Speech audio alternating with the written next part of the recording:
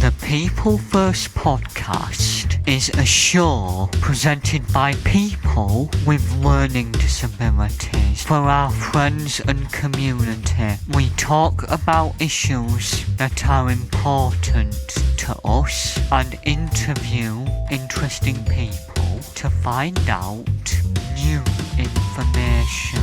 This is our way to make a difference and have our voices heard.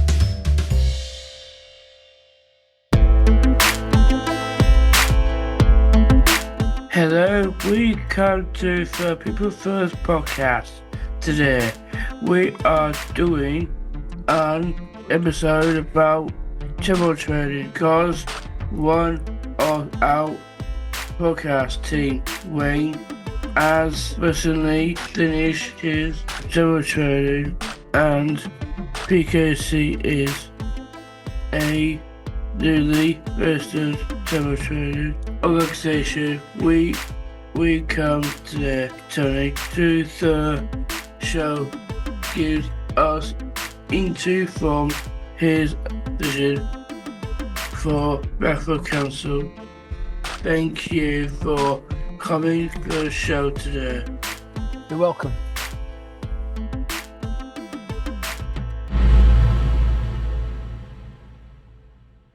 Can you reintroduce yourself and your drum roll, please? My name's Tony Sheikey, and I work for the council for a number of years now. I'm currently working in the People Commissioning Team, and essentially the People Commissioning Team commission services for people who need support. Who stepped up to the travel training? Who set up the travel training? Essentially, the council set up travel training opportunities for people who need travel training support within the council's menu of support options for people like yourselves, basically. Yeah, anyone who needs it. How many people are working or volunteering to career travel training? Good question. Currently, we have 3 providers registered to deliver travel training. They're registered on our daytime activities provider list, and they all have people who have undertaken staff who have undertaken travel training, so that they're qualified in the skills that are needed to deliver travel training to anybody that needs it. So there's 3 organisations at the moment. One is yourselves, People First, Keighley and Craven. The other 2 are Assisted Lives, and the last one is North East Environmental Team.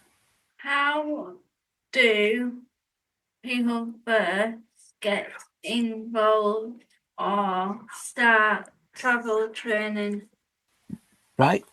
People First have taken the first step as an organisation to offer travel training to people who need it by registering on the availability of the project on our daytime activity provider list. So that is now listed on our system, and social workers that work for the council, if they come across anybody who would benefit from travel training, can refer people to People First Keighley for support in travel training.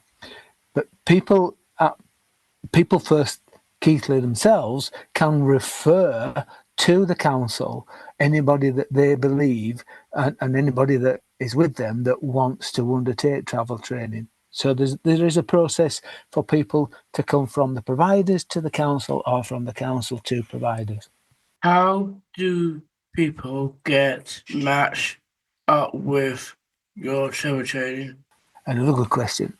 Essentially, what happens is when somebody has an assessment with the social worker, if the social worker identifies that the individual would benefit from travel training and offers that to that person, and the person wants to take part in travel training, because it's always by choice, then the social worker would arrange for a meet-up between a potential provider of that support and the person who needs support.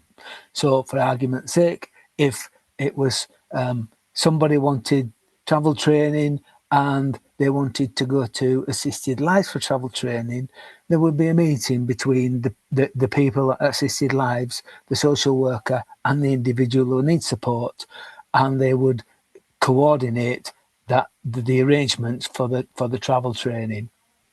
How do people plan their route, travel training?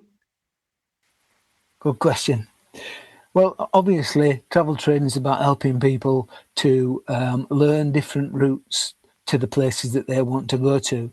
Now, in most cases, lots of people would want to be travel trained to get from their home to their daytime activity, and obviously from their daytime activity back home at the end of the day.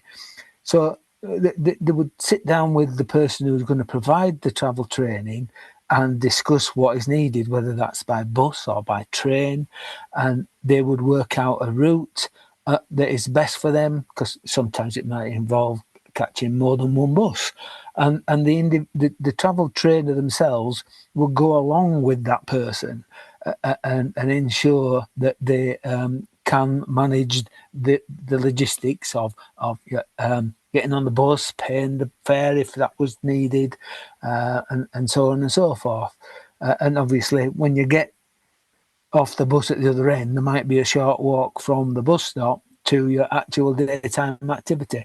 All that is built into the plan for the travel trainer and the person who's being trained. How long would it take? That depends on the individual and their needs and how fast they want to go, as much as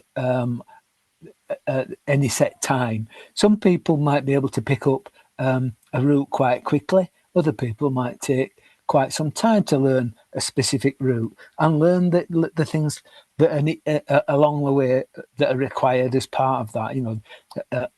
Which bus number to catch, or bus numbers, because you might have more than one bus to catch, which stop to get off at, which stop to get on at. All those things might take some time. So it would depend on the individual and how quickly they learn the route or the routes that they wanted to learn. Do you, the council, have a training website, and is it visible? It is, Sarah. Yes, the council does have a website or a web page on its website where information about travel training can be found. So it's the public council website. If you people log on to the website, and in the search box where it allows you to search for specific things, if they type in travel training and press enter, that should take them to the appropriate page for travel training. And on the web page itself, it describes what the benefits of travel training are and how to go about making inquiries of how to request an assessment for travel training. There is a telephone number which is Bradford 435400, and that will take you through to the information and advice hub, and somebody at the information advice hub will be able to talk you through what's available in terms of travel training, and then support a referral to a social worker where it's deemed appropriate, of course. What does a travel trainer support with during a training session? Well, the travel trainer is there to support the individual. So essentially, they will, in planning a travel training session, they'll perhaps the first sessions that take place will be more about sitting down, not actual travelling, but be sitting down about talking about and finding out where the person currently is in their ability to travel independently. So they might look at maps about the routes, and look at timetables, and look at the destinations that they want to travel to. But when the actual travel training starts to take place, the travel trainers role will be to support that person as they learn the route that they want to learn, in effect. And as I said, that usually the first place people want to route that people want to learn is from home to their daytime activity. So it will be about looking at the bus timetables, looking at the bus routes, which bus is best for them, and looking at the safety measures. We were looking at the things like how to ask the conductor, a bus driver rather, for the appropriate stops and so on, and everything really that is needed for that person to learn that route. How Accessible. accessible is travel training from people with different disabilities? Well, all those factors are taken into account when the social worker and the service provider of travel training sit down together, and the individual will talk about their individual needs. So if somebody's got a hearing impairment, or partially sighted, or they've got a physical disability, all those things are factored into planning the sessions for that individual as they are travel trained. Thank you. Thank you. What are the benefits to people take part in travel training? The big benefit, I think, and I'm speaking from a personal view here, is that I think that the big benefit to people is that they gain independence. Because whilst I've talked about the initial route that somebody might want to learn might be from home to their daytime activity, or they may want to go on to learn other routes to other places that they want to visit and go to as part of their daytime activities package. So I think the important thing is that it will build confidence in the individual to be able to get out and about by themselves, to navigate public transport systems, buses and trains, whatever's appropriate, and learn how to use public transport independent of other people's support. The bus is in the night time. Every bus is not turn up on, not on time. A very good question. The training that's provided should account for things when things do go wrong, because as you quite rightly say, if a bus doesn't turn up on time, what do you do? The travel trainer, that's part of their role, is to help the individual learn how to deal with situations where things don't go quite right as planned, or you might want to get the 6 o'clock bus and it don't turn up. Early evenings and so on. If you wanted to get your 6 o'clock bus and you were supposed to be home by a certain time or something like that, then they will give you guidance and instruction and help you be able to cope with those situations as part of the learning. Good question. What happens when buses break down then? Because I've been on the 66 bus, and then buses do break down a lot in the heat. Right. Well, as I say, all those as many unforeseen circumstances as possible are covered in the training. However, I've got to say that there might be an instance that the trainers haven't built into their training packages for people that you can think of that they haven't thought of, and that's where you come in. It's as part, the training is to some extent a two-way thing. If there's something that you've got a fear of, or something that you've got a concern about a bus or a train, or circumstances where you might be left without that transport, then tell the trainer, and it's their role to try to give you the skills to be able to cope with those situations. I say the bus tickets, for me, right, you got to be at Peterhead at a certain time. Yes. the bus come. Well, just say I want to get here at 9. The bus pass, I set for set times. Yes. I understand what you're saying. Basically, you can only use certain bus passes at certain times of the day, and again, those are circumstances and events and situations that the travel training should cover as part of its broad brush conversation with you about different types of circumstances that might prevail when you're out and about on the public transport. If someone is interested finding out more information after today's podcast, we can let's go.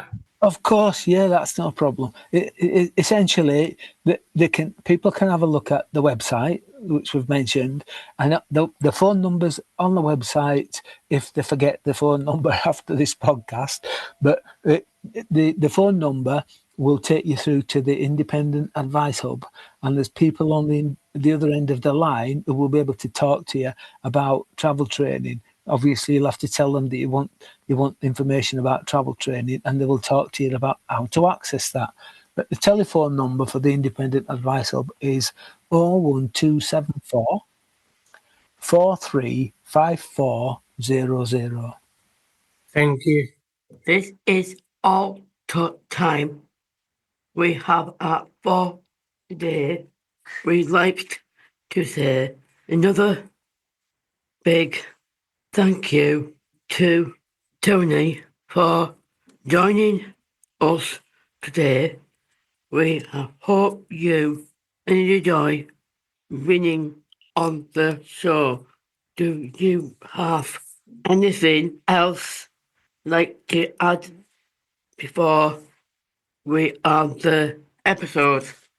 I'd just like to say thank you all for inviting me along, and it's been nice talking to you and trying to answer your questions, all your really good questions. And I hope that yourselves and any people who listen to your podcast will get a better understanding of travel training and how they might access it. Thank you very much. I've learned a lot from this today, actually. You're welcome. See you all later. Remember to comment, like, share on Facebook, Instagram and Twitter. You can find us by searching for People First Podcast. Thanks for listening and we'll see you next time. Searching People First Podcast.